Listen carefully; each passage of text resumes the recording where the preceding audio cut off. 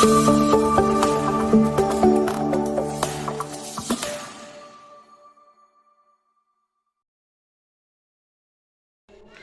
pagi dan salam sejahtera untuk kita semua. Perkenalkan, nama saya Agnes Meni, guru pendidikan agama Katolik pada Sekolah Dasar Impres Fatukro, Kabupaten Melaka, Provinsi Nusa Tenggara Timur. Sekaligus mahasiswa PPG dalam jabatan batch 3 tahun 2025 pada LPTK Sekolah Tinggi Katolik Santo Yakobus Merauke.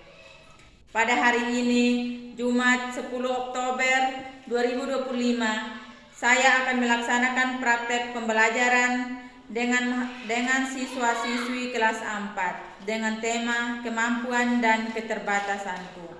Mari saksikan video pembelajaran saya berikut ini. Selamat pagi Ibu Guru. Selamat pagi anak-anak. Terima kasih Ibu Guru. Apa kabar hari ini? Baik, sehat, luar biasa. Sudah siap untuk mengikuti pelajaran kan? Sudah. Oke, baik. Kalau begitu, sebelum kita mulai dengan pembelajaran kita hari ini, Ibu minta salah satu orang memimpin kita dalam doa. Oke, silahkan Santi. Kita berdoa, marilah kita berdoa dalam nama Bapa dan Putra dan Kudus. Amin. Ya Tuhan, puji dan syukur kami haturkan kembali kehadirat-Mu, karena begitu besar cinta dan kasih-Mu kepada kami semua, sehingga pada pagi hari ini kami dapat berkumpul di tempat ini dengan sehat walafiat. Ya Tuhan, saat ini kami akan belajar bersama. Oleh karena itu kami mohon Engkau membimbing dan menuntun kami, sehingga kami dapat belajar dengan baik. Hanya ini doa dan permohonan yang kami sampaikan kepadamu lewat perantara Kristus Tuhan kami. Amin. Dalam nama Bapa dan Putra dan Kudus. Amin. Terima kasih untuk Santi yang telah memimpin kita dalam doa. Silahkan duduk Santi. Semua hadirkah hari ini? Hadir. Oke, kalau begitu Ibu absen dulu. Baik anak-anak, hari ini kita akan belajar tentang kemampuan dan keterbatasanku. Apa? Kemampuan dan keterbatasanku. Iya, kemampuan itu sama dengan kelebihan kita. Keterbatasan itu sama dengan kekurangan-kekurangan yang ada pada diri kita masing-masing.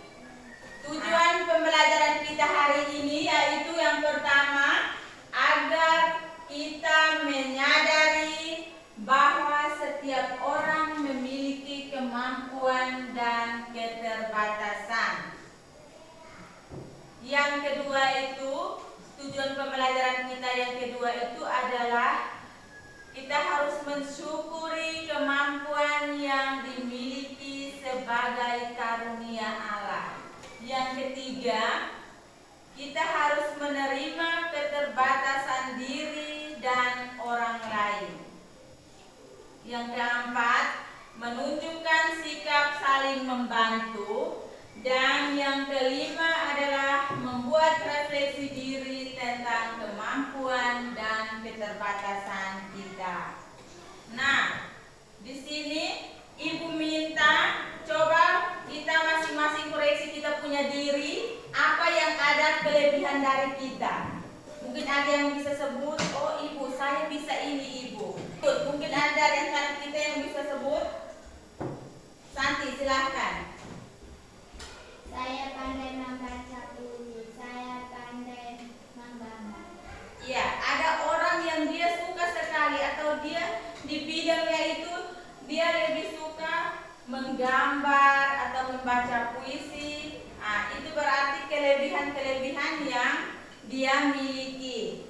Nah, kemampuan yang kita miliki itu terdiri dari dua jenis. Kemampuan dan keterbatasan itu merupakan dua hal yang melekat pada diri setiap orang. Kemampuan di salah satu sisi dapat menjadi keterbatasan pada sisi kehidupan yang lain. Misalnya, seorang penulis yang cerdas belum tentu menjadi seorang pembicara atau orator yang handal dan memukau. Seperti tadi sudah disebutkan oleh teman-teman kita, dalam diri Santi dia bisa sekali menggambar. Nah, itu adalah kelebihan dia. Tapi di sisi lain mungkin Santi tidak bisa menari. Mengerti itu? Mengerti. Seperti tadi yang sudah dikatakan oleh Marco. Marco dia pintar sekali main bola kaki. Belum tentu Marco bisa menghitung matematika. Itu adalah kekurangan dan kelebihan kita. Ya. Kemampuan-kemampuan yang kita miliki itu terdiri dari dua jenis. Ada dua sifat, yaitu kemampuan yang bersifat, yang pertama itu di atas, kemampuan yang bersifat jasmani. Dan yang kedua itu adalah kemampuan yang bersifat rohani. Kemampuan yang bersifat jasmani itu artinya kemampuan yang mengandalkan tenaga kita. Nah, itu yang biasa kita lebih menggunakan tenaga-tenaga. Seperti tadi sudah disebut, kita suka bermain bola, suka menyanyi, bermain bulu tangkis. Nah, itu berarti kemampuan yang bersifat jasmani. Lalu kemampuan yang bersifat rohani itu adalah kemampuan yang berkaitan dengan jiwa, batin dan spiritual seseorang. Contohnya itu seperti kita berdoa, merenung juga termasuk dalam kemampuan yang bersifat rohani. Semua kemampuan itu kita miliki secara unik, tidak sama dengan yang lain. Seperti tadi, Yulita mungkin dia lebih suka menari, tapi tidak sama dengan si Marco yang sukanya bermain bola. Nah, itu unik. Masing-masing kemampuan yang kita miliki itu berbeda dengan orang lain. Dia tidak sama persis. Karena berbeda dari yang lain, ada orang yang lebih pandai berpikir di bidang matematika, sedangkan yang lainnya lebih pandai di bidang bahasa. Itu adalah kelebihan dari masing-masing orang.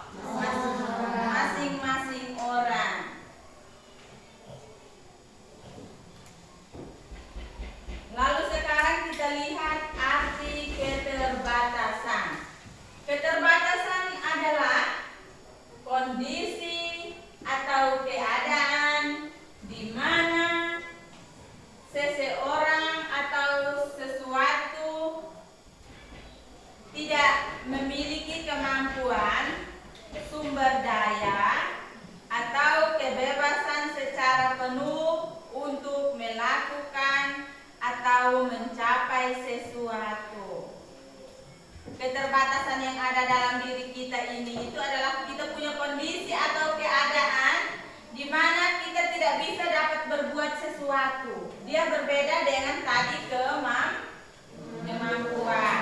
Nah, contohnya seperti keterbatasan fisik. Nah, kalau keterbatasan fisik seseorang, kita ambil contoh kalau orang bisu, berarti dia tidak bisa berbicara. Nah, itu keterbatasan fisiknya terbatas. Kalau dia bisu berarti otomatis dia tidak bisa berbicara. Nah, lalu di sini kita akan sama-sama melihat jenis-jenis keterbatasan. Jenis-jenis keterbatasan itu yang pertama, jenis keterbatasan fisik. Nah, contohnya, kalau kita punya fisik itu terbatas, kita otomatis tidak bisa berlari cepat atau kondisi kesehatan kita juga tidak bisa memungkinkan untuk kita melakukan hal-hal yang ingin kita hal-hal yang kita ingin lakukan. Seperti ada orang buta dan dia bisa menyanyi. Itu adalah kelebihan dan kekurangan dia. Lalu yang berikut itu intelektual. Intelektual itu contohnya kesulitan memahami materi tertentu. Ada orang yang hobinya atau dia suka sekali mata pelajaran agama. Di lain sisi dia malas belajar bahasa Indonesia. Itu adalah keterbatasan yang dinamakan intelektual.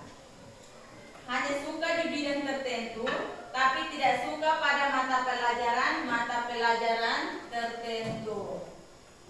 Mengerti? Mengerti. Jenis keterbatasan yang keempat itu sosial atau ekonomi. Keterbatasan biaya atau lingkungan. Mungkin kita lihat dalam kita punya keluarga itu ada kakak-kakak kita atau bahkan kita sendiri yang kita kepengen sekali jalan-jalan ke, contoh sederhana saja, kita mau ke laut. Mungkin ada di antara kita, kita bagaimana kita adakan seragam saja. Kita ke laut ini kita harus pakai seragam. Kita harus baju seragam, warna merah contohnya. Kita harus pakai topi. Lalu ada yang bilang, saya mau sekali, tapi saya tidak ada uang. Pernah merasakan itu? Pernah. Itu namanya keterbatasan sosial atau ekonomi. Lalu yang berikut itu waktu atau kesempatan. Keterbatasan waktu. Kita tidak punya cukup waktu untuk belajar. Mengerti? Mengerti. Secara singkat, manusia tidak akan mengetahui segala sesuatu dan juga tidak mampu melakukan segala sesuatu karena manusia memiliki keterbatasan.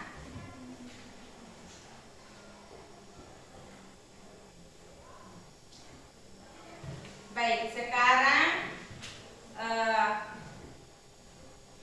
kita bentuk kelompok untuk menggali pesan kitab suci tentang kelebihan dan kekurangan kita, kelebihan dan keterbatasan kita. Kita bentuk kelompok dalam 3 kelompok, Iya, kita bentuk kelompok juga. Kita sama-sama buka Alkitab.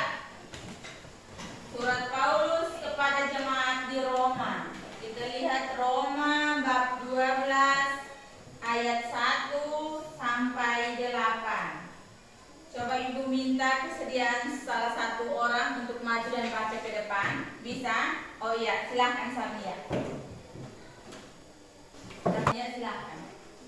Bacaan diambil dari surat Rasul Paulus kepada jemaat di Roma.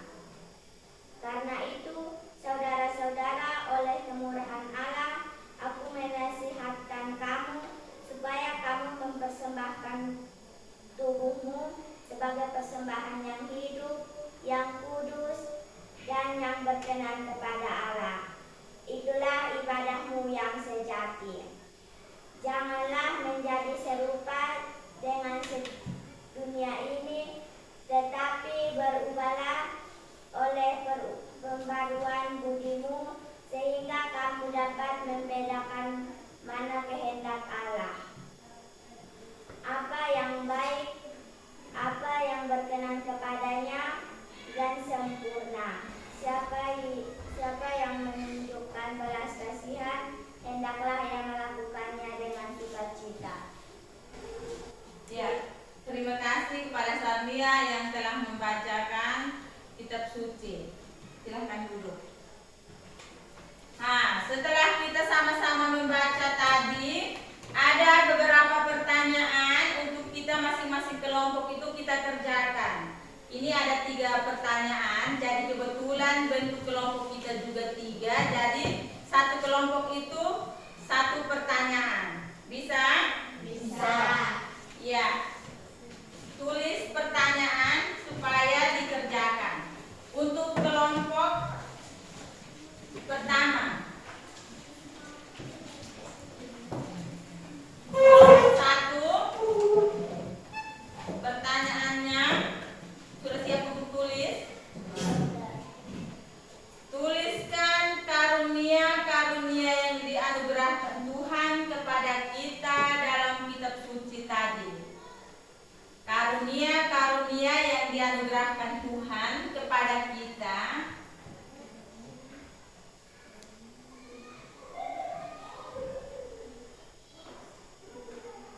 dalam kitab suci tadi. Roma bab 12 ayat 1 sampai 8. Sudah tulis pertanyaannya? Nah, langsung kerja. Lalu kelompok 2 mana kelompok 2? Ya, kelompok 2 tulis. Bagaimana seharusnya kita menggunakan karunia-karunia itu? Bagaimana seharusnya kita menggunakan karunia-karunia itu?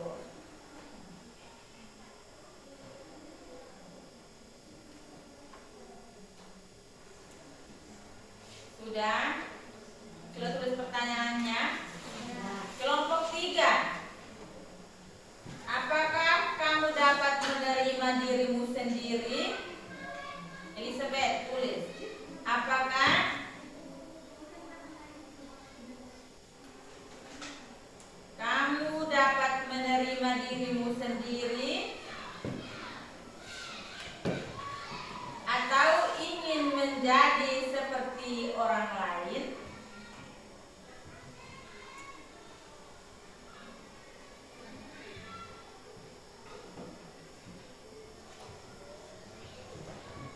Waktu untuk mengerjakan 5 menit, mulai dari sekarang.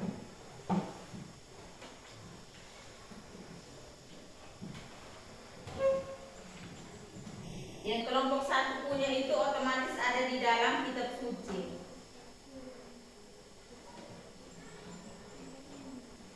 Karunia-karunia apa saja yang terdapat dalam surat Paulus kepada jemaat di Roma tadi. Baca ulang dari awal, bab 12 ayat 1 sampai 8.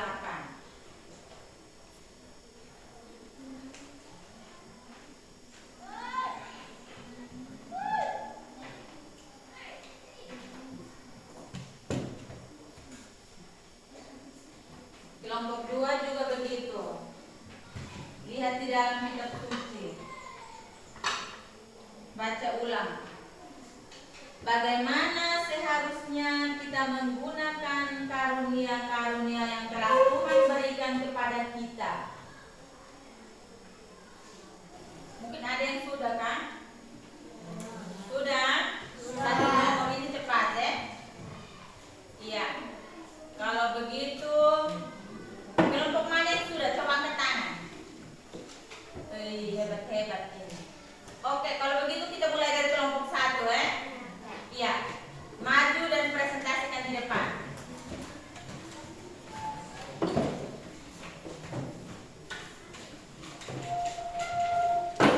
Maju. Ya, yang lain perhatikan ini supaya sebentar mungkin ada pertanyaan dari kita bisa tanya kepada mereka. Baik, terima kasih atas waktu dan kesempatan yang diberikan kepada kami kelompok 1 untuk mempresentasikan hasil diskusi kelompok kami. Soal nomor 1,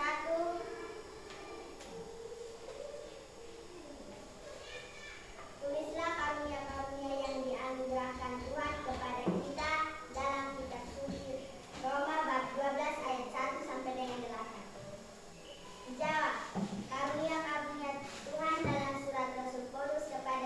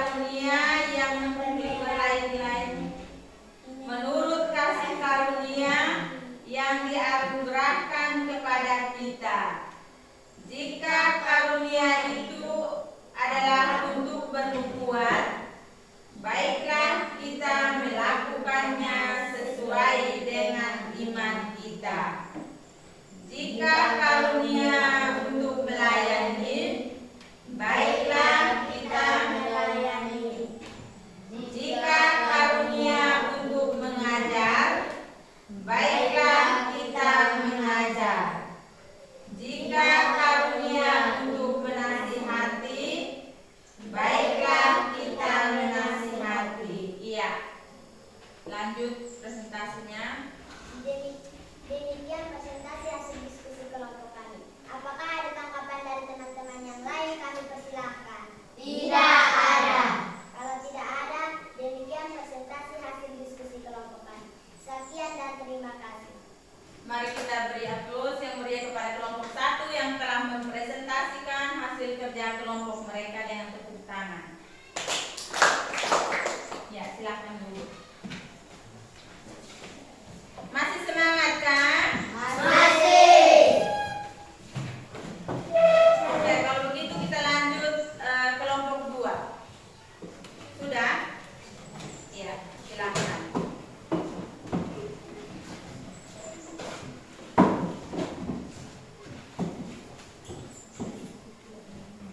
Baik, terima kasih atas waktu dan kesempatan yang diberikan kepada kami kelompok 2 untuk mempresentasikan hasil diskusi kelompok kami. Iya, kita perhatikan ini. Bagaimana seharusnya kita menggunakan karunia-karunia itu? Jawab. Kuat Santi, karena ini yang di belakang tidak dengar. Karunia-karunia berupa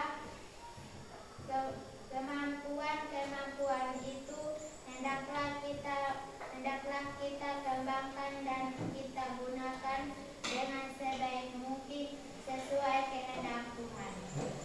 Coba ulang baca pertanyaannya. Bagaimana seharusnya kita menggunakan karunia-karunia itu? Jawab. Karunia-karunia berupa kemampuan itu hendaklah kita kembangkan dan kita gunakan dengan sebaik mungkin sesuai kehendak Tuhan. Ya. Demikian presentasi hasil diskusi kelompok kami. Apakah ada tanggapan dari teman-teman yang lain? Kami persilakan. Tidak ada. Kalau tidak ada, demikian presentasi hasil diskusi kelompok kami. Sekian dan terima kasih. Ya, silakan duduk. Kelompok 3 maju.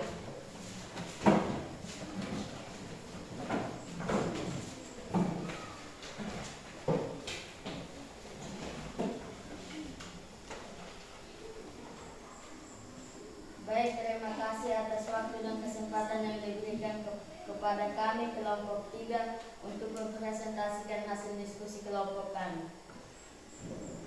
Soal nomor 1, apakah kamu dapat menerima dirimu sendiri atau ingin menjadi seperti orang lain?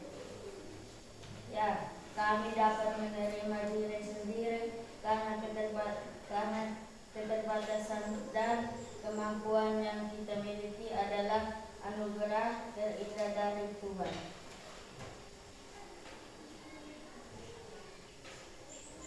Demikian presentasi hasil diskusi kelompok kami. Apakah ada tanggapan dari teman-teman yang lain? Kami persilahkan. Tidak ada. Kalau tidak ada, demikian presentasi hasil diskusi kelompok kami. Sekian dan terima kasih. Ya, silakan duduk. Baik, sebelum kita menjawab bersama-sama dari tadi ketiga kelompok yang sudah maju presentasikan itu, coba kita semua berdiri untuk kita menyanyikan sebuah lagu dulu. Lagu apa? Maju dong. Oke, salah satu pimpin. Maju dong, 3. Maju dong, maju dong, maju dong. Sekolah pagi harus maju. Singkirkan alasan, tuntaskan pelajaran. Maju dong bersama. Hore! Ya, silakan duduk. Masih semangat dong? Iya, setelah tadi kita sudah membaca dan kita sudah mempresentasikan hasil diskusi kelompok kita sama-sama lihat dalam surat Rasul Paulus kepada jemaat di Roma dikatakan bahwa Setiap kita diberikan karunia berupa kemampuan yang berbeda-beda. Kemampuan yang ada dalam diri kita itu berbeda-beda. Tidak ada yang sama. Tidak mungkin si Adelia sama dengan si Rifan. Tidak ya?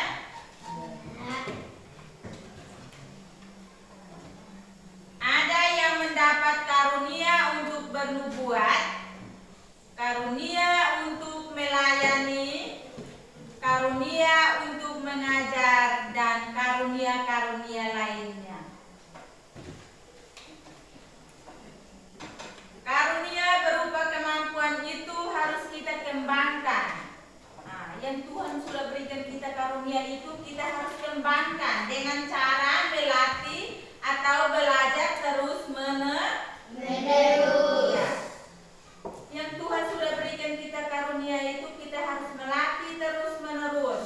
Kita harus kembangkan dan kita gunakan dengan sebaik mungkin sesuai dengan kehendak Tuhan. Bisa? Bisa. Tuhan sangat mencintai kita manusia bukan secara umum, tetapi Tuhan mencintai kita manusia secara khusus dan secara pribadi. Tuhan menciptakan kita secara khusus pula. Tuhan menciptakan kita secara unik dan istimewa.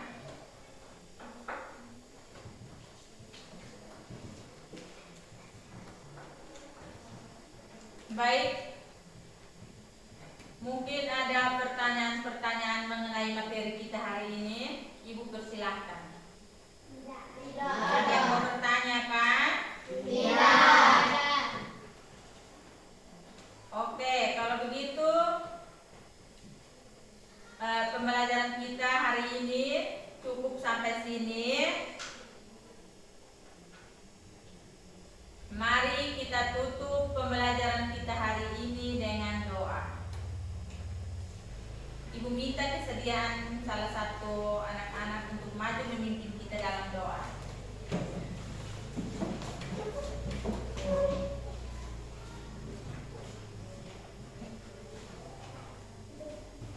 Kita berdoa, gerak.